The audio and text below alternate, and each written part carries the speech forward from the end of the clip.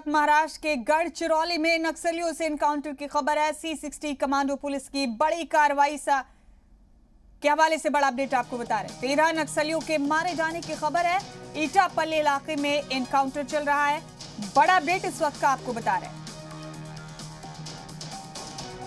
हिफाजती दस्तों ने पूरे इलाके को मुहासरे में ले लिया है। इस वक्त का बड़ा अपडेट, बड़ी खबर महाराष्ट्र के गढ़चिरौली से आपको बता रहे हैं। यहां पर नक्सलियों से एनकाउंटर की खबर है। C60 कमांडो पुलिस ने बड़ी कार्रवाई की है यहां पर और 13 नक्सलियों के मारे जाने की खबर सामने आ रही है। ईटापल्ली इलाके में एनकाउंटर चल रहा है। हिफाजती दस्तों ने पूरे इलाके को मुहासरे में ले लिया है और अभी तक 13 नक्सलियों को मारा जा चुका है।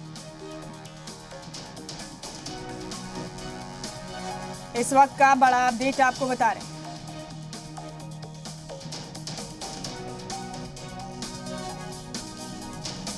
महाराष्ट्र के गढ़चिरौली से ये बड़ा अपडेट आप तक पहुंचा रहे हैं। एनकाउंटर की खबर है यहां पर नक्सलियों और सिक्योरिटी फोर्सेस के बीच।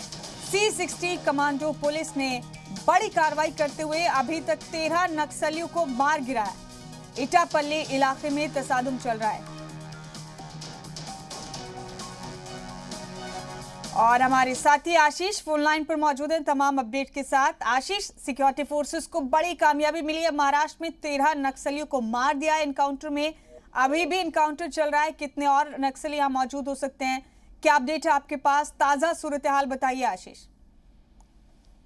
ये नक्सली साउथ गढ़चिरौली के ईटापल्ली तहसील में स्थित कोटमी जंगल के पैडी एरिया में कहीं डेरा जमाए बैठे थे। इस बात की जानकारी C60 जो कमांडो फोर्स है उनको मिली थी और आज सुबह ये ऑपरेशन स्टार्ट किया गया जिसमें करीब 13 नक्सली मारे जाने की पुष्टि गढ़चिरौली के DIG संदीप पाटिल ने दी है और अभी ऑपरेशन यहाँ पे चल रहा है एरिया डोमिनेंस का और कई अधिक पार्टियां पुलिस की यहाँ पर पहुंच चुकी है। बहुत घना और दुर्गम इलाका होने के चलते जो जानकारी है वो देर से आ रही है, लेकिन अभी तक मिली जानकारी के अनुसार 13 नक्सलियों की मारे जाने की पुष्टि पुलिस ने की है।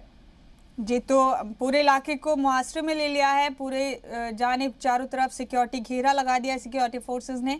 अभी कितने उरूज पर एनकाउंटर, अभी क्या सूरत हाल है? क्या दोनों तरफ से एक दूसरे पर हमले जारी है क्या? जी, यहाँ पर जो अभी तक जानकारी मिली है वो ऑपरेशन जो है वो अभी तक शुरू है क्योंकि ये बहुत बड़ा इलाका है और नक्सली बड़े एरिया में डेरा जमाए बैठे थे और इसके बाद में ऑपरेशंस को 2 या 3 तरीके से शुरू किया गया। अभी तक मिली जानकारी के अनुसार इक्का दुक्का फायरिंग की घटनाओं की आवाजें यहाँ से आ रही है और कई इलाके में पुलिस अब आगे बढ़ती हुई इस पूरे एरिया को डोमिनेंस करने के लिए अपना जोर लगा रही है। सिक्योरिटी फोर्सेस के जवानों को तो कोई जख्म, कोई तकलीफ नहीं हुई, कोई हताहत नहीं हुआ अभी तक? नहीं, अभी कोई जानकारी पुलिस की तरफ से नहीं दी जा रही है। अभी कोई जवान घायल या हताहत नहीं हुआ है। बहुत शुक्रिया आपका हमारे साथ जुड़ने के लिए आशीष। इस खबर पर बहुत बहुत शुक्रिया आपका।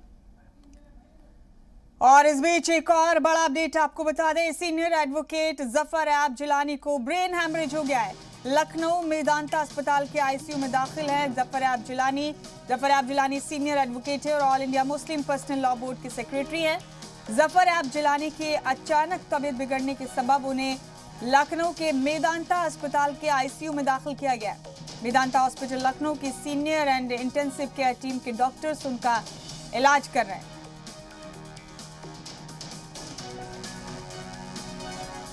इस वक्त का बड़ा अपडेट आपको बता रहे हैं। सीनियर एडवोकेट और मुस्लिम पर्सनल लॉ बोर्ड के सेक्रेटरी जफर ऐब जिलानी के हवाले से अफसोसनाक खबर है। उनको ब्रेन हैमरेज हुआ है और लखनऊ के मेदांता अस्पताल में उन्हें दाखिल किया गया है। ये बड़ा अपडेट आप तक इस वक्त का पहुंचा रहे हैं।